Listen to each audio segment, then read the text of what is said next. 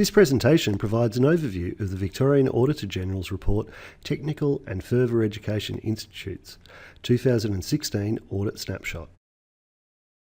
This report presents the outcomes of the audits of the 12 Technical and Further Education Institutes, TAFEs, for 31st of December 2016.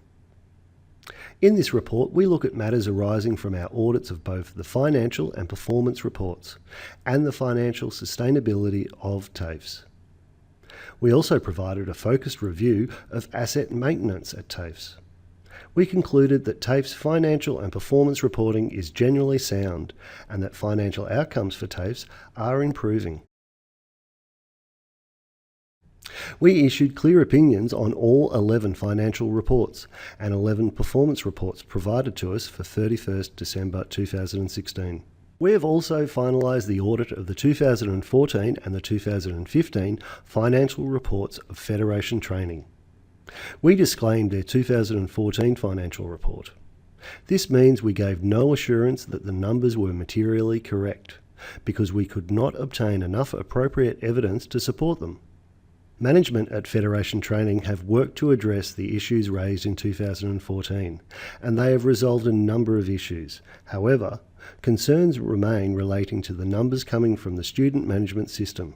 Consequently, we issued a qualified opinion on the 2015 financial report because we have no assurance that the revenue and associated numbers were correct. We are currently working on the 31st December 2016 financial report for Federation Training. It is expected that Federation Training will report its 2017 financial report within the timeframe prescribed in the Financial Management Act.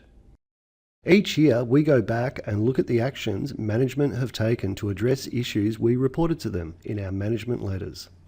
It was pleasing to note that the TAFEs had addressed and resolved 75% of the issues raised in 2015. A performance reporting framework for the vocational education sector has now been implemented by the Department of Education and Training, DET. It contains 29 indicators to measure performance on training delivery, outcomes, operating effectiveness, sustainability and compliance. TAFEs must report on 4 mandatory indicators in their performance report, along with their own previously agreed performance indicators. Between 2012 and 2016, there have been significant changes in how the TAFE sector is funded. In 2013, the sector moved to a contestable funding model with limited government grants that focused on supporting structural reform. As a result, revenue for the sector declined significantly to $74.6 million of government grant funding in 2014. At the same time, student numbers for the whole sector were dropping. In 2015, government grant funding was increased to help TAFEs address financial and structural challenges, and increased further to $278.6 million in 2016. The sector's financial results have improved due to these increases in government funding and the savings achieved by reducing employee benefit costs. At the 31st of December 2016, the TAFE sector owned a portfolio of assets valued at $1.95 billion. 70% of these assets require ongoing maintenance.